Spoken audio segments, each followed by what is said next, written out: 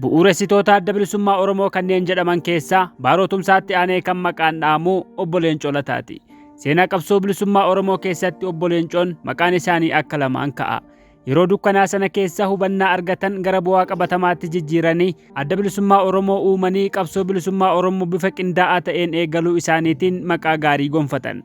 Bara chaarteraa booda garuu ejjennoo ganama qabatanii ka'anii fi kan ittiin uummata hawwatan irraa maqanii argamuudhaan kaayyoo qabsoo bilisummaa Oromoo jijjiiruuf yaaluu isaaniitiin akka hamaatti maqaan isaanii ka'a. Dogoggora bara chaarteraa uumameefis kan qubni itti qabamu obbo Leencoodha. Qophii keenya kanaan seenaa obbo Leencoo Lataa irratti xiyyeeffatee kan barreeffame kitaaba mata dureen isaa Sanaafee jedhu cuunfinee kutaa kutaadhaan isin biraan geenya. Kunis jabinarraas hanqinarraas akka baratamuuf yaannee kan murteessine akka ta'e akka nuuf hubattan barbaanna.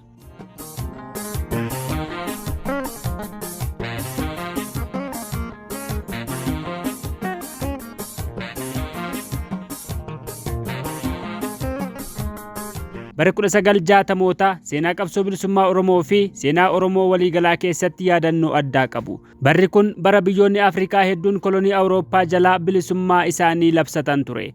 Yeroo kanatti haalli siyaasaa addunyaa saffisaan jijjiiramaa yommuu turee fi yeroo gaaffiin sabootaa beekamtii argatedha. Addunyaan bahaa fi lixatti wal qooddee ilaalcha kaapitaalizimii fi koominizimii moggaafattee wal dorgomaa yeroo turtedha.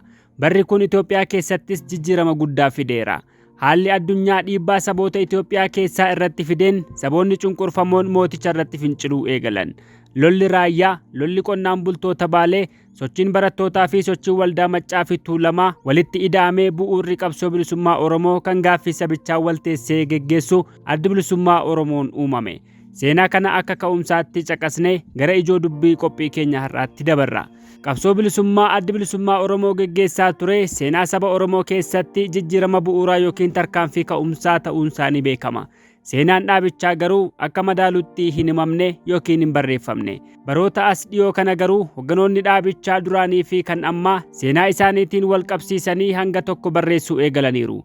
Kitaabota seenaa adda bilisummaa Oromootiin wal qabatanii haga ammaatti barreeffaman keessaa tokko kitaaba Margaa Dabalee barreessee kan seenaa obbo Leencoo Lataa irratti xiyyeeffate Sanaafee kan jedhudha. Kitaaba kana keessatti dhimmoonni hedduun seenaa dhugaa seenessanii fi qorannoo dabalataaf haala mijeessan kaa'amaniiru. Seenaan obbo Leencoo kan bu'aa ba'ii fi qormaataan guutame, seenaan maatii isaanii barsiisaa fi gaddisiisaan, seenaan qabsoo isaanii kitaaba kana keessatti akka gaariitti seeneffame. Gatiin qabsoof kaffalamu hagam qaalii akka ta'e kitaaba kanarraa ni hubatama. Qaroominii fi beekumsi dhaloota obbo Leencoo Lataafaa hagam guddaa akka ta'e asirraa ni hubatama. Bara dukkana hamaa sana keessatti dammaqanii saba isaanii dammaqsuuf hojii dhaloonni sun hojjete nama inaafsisa. Bu'uura jabaa isaan yeroo sana kaa'an haga har'aatti akka dhaabbanne itti fufnuuf nu gargaareera. Akkuma walitti tuquuf yaallee bu'uurri qabsoo bilisummaa Oromoo ta'iiwwan adda addaa bara 1960moota keessa raawwatamanidha. Sochii qonnaan bultoota Baalee, sochii aadaa Arfan Qalloo, gaaffii barattootaa, sochii waldaa Maccaa fi Tuulamaa fi kanneen kana fakkaatantu walitti dabalame boodarra qabsoo ijaaramaa sabaa dhalche. As keessaa adda bilisummaa Oromoo dhalate. Addatti waldaan Maccaa fi Tuulamaa hojii hawaasummaa hojjechuuf ijaarame mootummaa Itoophiyaatiin sochiin isaa daangeffamuun akka adda bilisummaa Oromoo uumamu taasisuunsa irra deddeebiidhaan himamaa ture. Waldichi kaayyoon isaa hojiilee deeggarsa namoomaa, manneen barnootaa ijaaruu, buufataalee fayyaa ijaaruu, riqicha adda addaa uummataaf ijaaruu fi aadaa Oromoo guddisuu irratti hojjechuu ta'ee utuu jiru, mootichi garuu sochii kanaan yaadda'ee waldicha ugguruun akka hayyoonni Oromoo fala biraa barbaadan taasiseera. Hogganoota beekamoo waldichaa keessaa Maammoo Mazammir Haile Sillaaseen murtii du'aatti murteessee fannisee ajjeese. Warri kaan ni hidhaman. Hojiilee silaa mootummaan hojjechuu qabu mana barnootaa ijaaruun, buufata fayyaa ijaaruun, daandii fi riqicha ijaaruun erga siyaasa ta'ee dhiibbaan irratti hammaate hayyoonnii fi qareeyyiin Oromoo siyaasni inni dhugaan maal akka ta'e agarsiisuuf murteessanii qabsoo bilisummaa Oromoo eegalan. Kanaafis adda bilisummaa Oromoo ijaaranii qabsoo roga hundaa taasisuu itti fufan. Oromoon naannawa qubsuma isaa kanatti qooda murteessaa akkuma qabu waldaan Maccaa fi Tuulamaa Oromoo gurmeessuu fi ijaaruu bira darbee saboota akka Sidaamaa, Walaayittaa fa'aa ofitti hammatee sochoose. Adda bilisummaa Oromoos gaafa uumamurraa eegalee saboota cunqurfamoo naannawa kana jiran hundaafuu bu'uura ta'ee dammaqsee sochoose. Obbo Leencoo Lataa kitaaba seenaa isaanii irratti bu'uureffatee barreeffame Sanaafee kana keessatti akka ibsanitti bara 1960moota keessa saboonni Afrikaa kolonii warra Awurooppaa jalaa ba'aa yommuu turan waan ta'eef saboonni bilisummaa isaanii yommuu labsatan raadiyoo irraa dhaga'anii akka onnatan dubbatu. Haalli kun barattootaaf bu'uura cimaa akka ta'e kaasu. Duraan mootiin Haile Sillaasee akka ergamaa waaqaatti ilaalame bara baraan mo'ii jedhamee kan faarfamaa fi ture. Muddee 1960 keessa gareen Mangistuun Niwaayiin hoogganamuu yaalii fonqolchaa mooticha irratti geggeesse. Bara baraan mo'ii jedhanii mooticha faarsaa kan turan mootichi aangoo irraa fonqolchamuu akka danda'u hubatan. Ulfinni mootichaas bakka duraarraa gadi bu'ee akka namaatti ilaalamuu jalqabe. Warra alarraa mormu qofa otoo hin taane warri mootummicha keessa jiranillee mooticharraa jibba akka qabanii fi jijjiirama akka barbaadan hubatame. Guyyaa sanarraa eegalee namni barate hunduu mooticha qeequu hojii godhatee jedhu obbo Leencoon. Yeroo biyyoonni Afrikaa hedduun kolonii jalaa ba'anii walabummaa isaanii labsatanitti Itoophiyaa keessatti immoo mootii Haile Sillaasee akka waaqni muudeetti ittiin boonuun qaanii ta'aa dhufe. Namoonni duraan ittiin boonan itti qaanfachuu eegalan. Yaaliin fonqolchaa sun dammaqiinsa barattootaaf qooda guddaa gumaache. Ija barattootaa banee seenaa biyyootaa gaggaragalchanii akka qo'atan taasise. Seenaa Awurooppaa fi Ameerikaa keessatti warraaqsota gurguddoo sadiitu geggeeffamee jijjiirama bu'uuraa fide. Bara 1776tti Ameerikaatti sochiin diddaa kolonii jalqabee baroota murtaa'ee booda walabummaa Ameerikaa galmaan ga'ee golabame. Bara 1789 warraaqsi Faransaay biyyoota Awurooppaa oliif gadi jeeqee kaartaa biyyootaa jijjiire. Bara 1917 warraaqsi Raashiyaa eegalee injifannoodhaan golabame. Barattoonni Itoophiyaa seenaa warraaqsota kanaa barachaa fi wal barsiisaa turan. Warraaqsi Faransaay sirna fiiwudaalaa kan aangawoonni abbaa lafaa turan jijjiire. Uummanni Itoophiyaa mootummaa akka Faransaay sana jala jiraataa jira ture. Barattoonni Itoophiyaa seenaa biyyoota Awurooppaa waggaa 300 dura raawwatame seenaa badaa jedhanii baratu turan. Garuu waggaa 300 booda mootummaa akka sanaa keessatti bulaa jiru. Kun barattootaaf ka'umsa guddaa ta'e. Bara sochii barattootaa 1960mootaa sana keessa warraaqsi geggeeffamu sabaan kan qoodame hin turre. Adda durummaadhaan sochii barattootaa kan hoogganan garuu Oromoota turan. Mangistuun Niwaayii fonqolcha geggeessuu yommuu yaadutti barattoota bira deemee mariisisee ture. Barattoonnis yaadicha deeggaruudhaan hiriira ba'an. Booda fonqolchichi yommuu gufatu barattoota hedduu gaaga'e. Barattoonnis mooticha bira deemanii fonqolcha deeggaruu isaaniif dhiifama gaafatanii barnootatti deebi'an. Garuu Gabayyoo Firrisaa barnootarraa akka ari'ame obbo Leencoon ni himu. Gabayyoo Firrisaa yeroo sanatti pirezidaantii barattootaa ture. Maqaa Itoophiyaatiin sochii barattootaa keessatti saboota biroo hiriirsee warraaqsa keessatti hirmaachisaa kan ture barattoota Oromoo ture. Barattoonni Oromoo yeroo sanatti sochii barattootaa hoogganaa turan kanneen akka Gabayyoo Firrisaa, Baaroo Tumsaa, Hayilee Fidaa, Abboomaa Mitikkuu, Ibsaa Guutamaa, Muhee Abdoo, Galaasaa Dilboo, Mitikkuu Tarfaasaa, Nagaasoo Gidaadaa, Diimaa Noggoo fi kanneen birooti.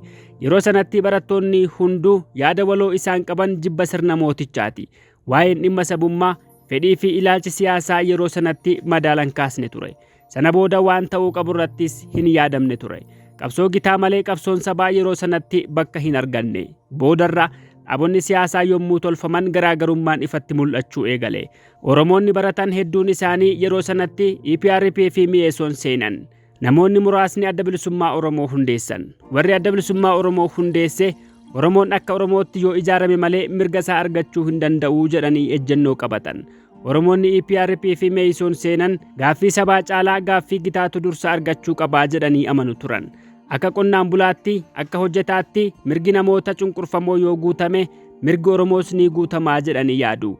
Haa ta'u malee warri adda bilisummaa Oromoo bu'uuresse garuu Itoophiyaa keessa saboota duula Minilikiin cabanii koloneeffatamantu jira waan ta'eef gaaffiin sabaa dursuu qabaa jedhanii amanu turan. Barattoonni Itoophiyummaa leellisan immoo gaaffii sabaa kaasuun dhiphummaadhaa jedhanii waan yaadaniif akka gaaffiin sabaa hin kaane barbaadu. Bu'uuressitoota EPRP sochii barattootaa keessa turan keessaa Itoophiyaa keessa gaaffii sabaatu jira jedhee yeroo duraatiif ija jabinaan kan barreesse Wallaallinyi Mokonnon ture jedhu obbo Leencoon.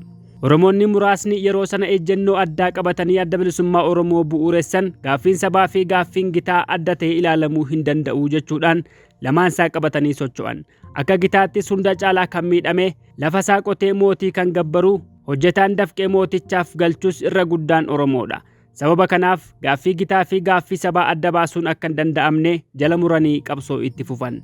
Maqaa tokkummaa Itoophiyaatiin gaaffii sabootaa ukkaamsanii deemuu warra barbaadan qareeyyiin Oromoo fudhachuu didan. Tokkummaan yoo barbaachise, mootummaa tokko jala waliin jiraachuun yoo barbaachise, fedhii sabootaatiin mirgi hiree murteeffannaa sabootaa yoo kabajamedha jedhanii adda bilisummaa Oromoo bu'uuressuutti seenan. Wixinamuu sagantaa siyaasaa adda bilisummaa Oromoo kufaatii mooticha Haile Sillaaseetti dhiyoo ture. Yeroo kanatti siyaasaan gara bitaa baay'ee leellifama. Biyyoonni akka Chaayinaa, gamtaan Sooviyeet warraaqsa geggeessanii sirna abbaa lafaa diiganii of ijaaranii turan. Lolli Veetnaam yeroo warraaqsi barattootaa geggeeffamaa ture sana deemaa ture. Uummanni Veetnaam xiqqaan Ameerikaa aangawaa addunyaa taate injifachuun isaanii bu'uuressitoota adda bilisummaa Oromoo hawwate. Mootummaa Itoophiyaa jabaa fi humna guddaa qabu kana lolleenii injifannaa jedhanii of amansiisan. Qabsoo hidhannoo dhawaataatti amanuudhaan baadiyyaarraa gara magaalaa guddittiitti lolaa deemuuf murteessan. Kitaabota adda addaa kan maarkiizummaa leellisanii fi qabsoo hidhannoo dhawaataa barsiisan keessattuu kan Maao Zeedong dubbisuudhaan utuu bosona hin seeniin yaadaan of hidhachiisaa akka turan obbo Leencoon ni himu. Haala kanaan erga of ijaaranii booda irraa jalaan gara bosonaatti ba'uu jalqaban. Jabinni guddaan bu'uuressitoota adda bilisummaa Oromoo inni guddaan yeroo sana isaan mul'isaa turan qabsoo siyaasaa fi hidhannoo eegaluudhaan duratti dursanii of qopheessuu fi sammuudhaan hidhachuu isaaniiti. Utuu akkas ta'uu baate akka balaa fi marfamni karaa hedduu qabsicha marseef irraa hin hafan ture. Jabinnii fi muuxannoon yeroo sana har'allee adda bilisummaa Oromoof lafee dugdaa ta'ee utubee qabeera. Itoophiyaasitoonni gaaffii sabaa morman illee dhaabuu hin dandeenye. Bara 1960 yookiin 1961 keessa qabsoon warra Eertiraa baay'ee of ijaaree bosona keessaallee waraana qabu ture. Isaanis gaaffiin keenya gaaffii sabaatii jedhanii Itoophiyaasitoota mogolee dhahan. Barattoota Oromoo gidduuttis yeroo sana dhimma gaaffii sabaa fi gaaffii gitaa irratti falmii guddaan tureera. Barruuwwan adda addaa qopheessuudhaan wal falmu turan. Haala kana keessatti barruun tokko yeroo duraatiif ba'ee raabsame. Barruun sunis Oromo Voice Against Tyranny kan jedhu ture. Barruu sanas Dr. Diimaa Noggoo, Dr. Nagaasaa Gidaafaatu barreesse. Yeroo kanatti obbo Leencoon warshaa sukkaaraa Wanjii hojjeta ture. Baarootumsaa waliin Adaamaatti wal arganii erga mari'atanii booda obbo Leencoon hojii sana gadhiisuudhaan gara Finfinneetti qajeelu. Achirraa eegalee dhimma adda bilisummaa Oromoo bu'uuressuu irratti Baaroo waliin hojjetaa akka turan himu.